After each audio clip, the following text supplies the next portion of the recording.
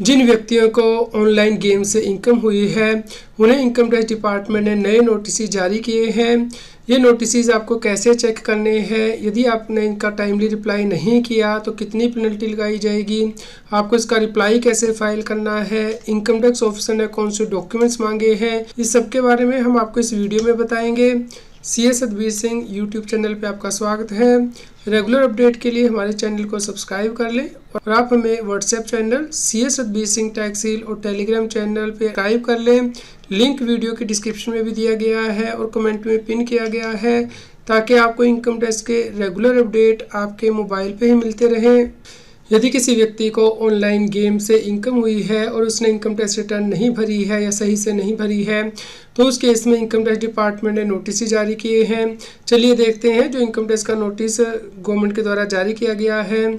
जैसा कि आप अपने स्क्रीन पे देख सकते हैं, ये नोटिस सेक्शन 133 सब सेक्शन 6 के अंतर्गत जारी किए गए हैं इनकम टैक्स एक्ट के, जहाँ पे कि इनकम टैक्स ऑफिसर को एक पावर दी गई है कि वो किसी भी व्यक्ति से कोई इन्फॉर्मेशन मांग सकता है यदि उसे लगता है कि उसे कोई इंक्वायरी करनी है या फिर प्रोसीडिंग कंडक्ट करनी है इनकम टैक्स एक्ट के अंतर्गत।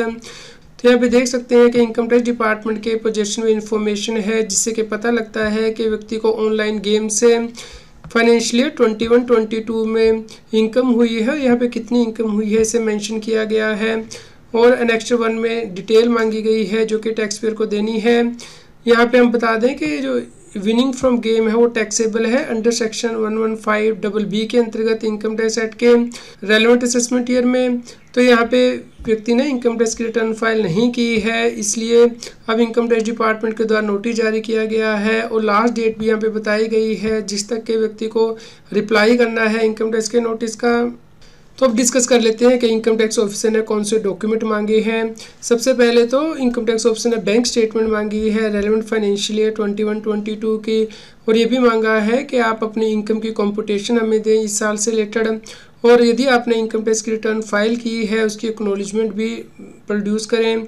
इसके अलावा जो विनिंग हुई है या पेमेंट रिसीव की गई है आपके द्वारा ऑनलाइन गेमिंग कंपनी से, तो उस केस में रेलेवेंट फाइनेंशियल ईयर के लिए विद एविडेंस आप हमें इसकी डिटेल प्रोवाइड करें और आपने इसका क्या टैक्स ट्रीटमेंट किया है इनकम टैक्स एक्ट के अंतर्गत, इसके बारे में भी एविडेंस मांगे गए हैं। इसके अलावा नेक्स्ट 2 में और भी डिटेल मांगी गई है जैसे कि नेचर ऑफ बिजनेस एक्टिविटी जो कि एसएससी ने की है, यदि बिजनेस इनकम आईटीआर में शो की है, यदि आईटीआर नहीं फाइल की गई है तो इस केस में ऑनलाइन गेमिंग प्लेटफॉर्म से जो विनिंग हुई है उसकी डिटेल मांगी गई है और उसके ऊपर इनकम टैक्स एक्ट के अंतर्गत टैक्स क्यों न लगा दिया जाए सेक्शन 115BB के अंतर्गत। दोस्तों 115BB के अंतर्गत जो ऑनलाइन गेम से विनिंग होती है उस पर आपको 30% टैक्स पे करना होता है, तो इसके बारे में बताया गया है इनकम टैक्स ऑफिसर के द्वारा। और यहाँ पे बताया गया है कि आप हमें सभी ट्रांजैक्शंस बताएं जो कि आपने अपनी बुक्स ऑफ अकाउंट में रिकॉर्ड की हैं और इसके लिए जो सर्टिफाइड कॉपी है अपने लेजर की वो भी हमें दें। कैश बुक और बैंक बुक की जो कॉपी है सर्टिफाइड कॉपी वो भी मांगी गई हैं और सभी बैंक अकाउंट जो कि एसएससी ने ड्यूरिंग द ईयर मेंटेन किए हैं उनकी बैंक स्टेटमेंट भी मांगी है और उसमें जो एंट्रीज हैं उन्हें हाईलाइट करने के लिए भी बोला गया है।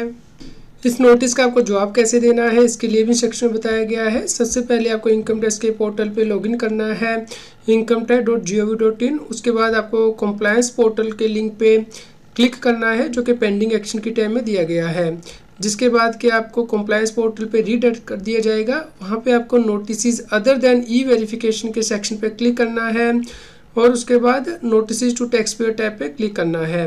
वहाँ पे आप एप्लीकेबल फाइनेंशियल ईयर के ऊपर क्लिक करेंगे, उसके बाद आप डिन के ऊपर क्लिक करेंगे ताकि इस नोटिस को डाउनलोड कर पाएँ और वहाँ पे सबमिट लिंक के ऊपर क्लिक करके आप अपना रिस्पॉन्स सबमिट कर सकते हैं और आप अपने रिमार्क्स भी वहाँ पे एंटर कर सकते हैं।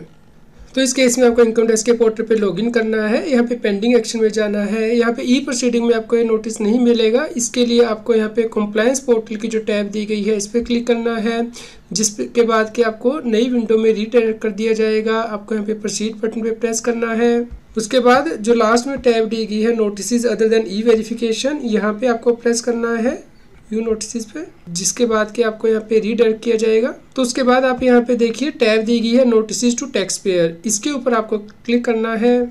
तो यहाँ पे आप ऊपर से रेलेवेंट फाइनेंशियल ईयर जो चूज कर सकते हैं और यहाँ पे रेलेवेंट फाइनेंशियल ईयर के ऊपर यहाँ पे क्लिक करेंगे तो इस प्रकार से जो नोटिस है आपके सामने ओपन हो जाएगा। यहाँ पे डिन के नीचे देखिए लिंक दिया गया है इनसाइट वेरिफिकेशन, इसके ऊपर आपको प्रेस करना है ताकि आप इस नोटिस को डाउनलोड कर पाएँ। और उसके बाद आपको इसका रिस्पांस देना है। तो यहाँ पे देखिए रिस्पांस के अंतर्गत सबमिट एंड व्यू 2 बटन दिए गए हैं। तो यहाँ पे जाके आप अपना रिस्पांस सबमिट करेंगे। तो यदि कोई व्यक्ति इस नोटिस का जवाब नहीं देता है, जो रेलेवेंट डॉक्यूमेंट है या फिर जो बैंक स्टेटमेंट है या जो इन्फॉर्मेशन इनकम टैक्स डिपार्टमेंट के द्वारा मांगी गई है वो नहीं देता है इनकम टैक्स ऑफिसर को, तो उस केस में पेनल्टी लगाई जाएगी सेक्शन 272A के अंतर्गत इनकम टैक्स एक्ट के। और दोस्तों ये पेनल्टी जो लगाई जाती है, जैसे कि आपको सेक्शन 133 का नोटिस जारी हुआ है, आप रेलेवेंट इन्फॉर्मेशन नहीं प्रोवाइड करते हैं तो 500 रुपीज़ पर डे की आपको पेनल्टी लगाई जाएगी जब तक आप ये कॉम्प्लायंस नहीं कर देते हैं। तो इसलिए जैसे ही आपको नोटिस मिलता है विद इन ड्यू डेट आप इसकी कॉम्प्लायंस कर दें, अदरवाइज़ आपको 500 रुपया हर दिन की पेनल्टी जो है वो लगती रहेगी। तो दोस्तों यहाँ पे यदि आपने इनकम टैक्स की रिटर्न फाइल नहीं की है तो आप अपडेटेड रिटर्न यानी कि ITRU फाइल कर सकते हैं। तो यहाँ पे नोटिस आपको मिला है असेसमेंट ईयर 22-23 से रिलेटेड। तो यहाँ पे आप 24 महीने के अंदर रेलेवेंट असेसमेंट ईयर के ख़त्म होने के बाद ITRU यानी कि अपडेटेड रिटर्न फाइल कर सकते हैं, यानी कि 31/3/2025 तक। लेकिन यहाँ पे आपको ध्यान रखना है कि यदि आप 31/3/2024 तक ये फाइल कर देते हैं अपनी अपडेटेड रिटर्न, तो उस केस में तो आपको 25% ही एडिशनल टैक्स लाइबिलिटी पे करनी पड़नी थी, जो कि 25% होती है आपके टैक्स और इंटरेस्ट का। लेकिन यदि आप 12 मंथ्स के बाद फाइल करेंगे यानी कि 31/3/2025 तक फाइल करेंगे तो आपको 50% टैक्स और इंटरेस्ट जो है एडिशनल पे करना होगा, क्योंकि आपने ITR को टाइमली फाइल नहीं किया था। यहाँ पे आपको ध्यान रखना है कि यदि आपकी ऑनलाइन गेम से इनकम होती है तो उसके ऊपर TDS भी काट लिया जाता है, उसके बाद ही आपको जो नेट विनिंग है वो कंपनी के द्वारा ट्रांसफ़र की जाती है। तो 30% TDS आपका काट के गवर्नमेंट को जमा करा दिया जाता है, जिसे कि आप अपने 26AS में चेक कर सकते हैं। 26AS कैसे चेक करना है, इसके लिए राइट हैंड साइड में कार्ड में लिंक दिया गया है वीडियो का, वहाँ पे आप क्लिक करके देख सकते हैं। तो जब आप अपनी ITR फाइल करेंगे उसमें TDS का क्रेडिट क्लेम कर लेंगे और बैलेंस टैक्स ही आपको पे करना होता है। आप अपडेटेड ITR कैसे फाइल कर सकते हैं, इसके लिए लिंक आप अपनी राइट हैंड साइड में कार्ड में देख सकते हैं। आप इस वीडियो में डिटेल में समझ सकते हैं कि ITRU यानी कि अपडेटेड रिटर्न कैसे फाइल की जाती है इनकम टैक्स के पोर्टल पे।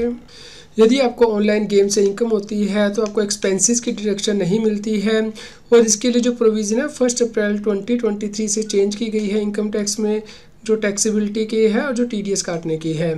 तो यदि आपका कोई क्वेश्चन हो इनकम टैक्स रिटर्न से रिलेटेड या ऑनलाइन गेम से जो इनकम हुई है उस पर टैक्स से रिलेटेड, आप हमें वीडियो के नीचे कमेंट करके ज़रूर बताएं।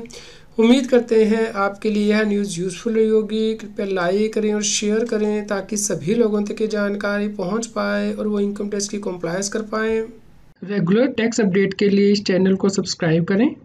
आप हमें टेलीग्राम ऐप CS सतबीर टैक्सील पर ज्वाइन कर सकते हैं ताकि आप GST और इनकम टैक्स के रेगुलर अपडेट अपने मोबाइल पर ही प्राप्त कर सकें।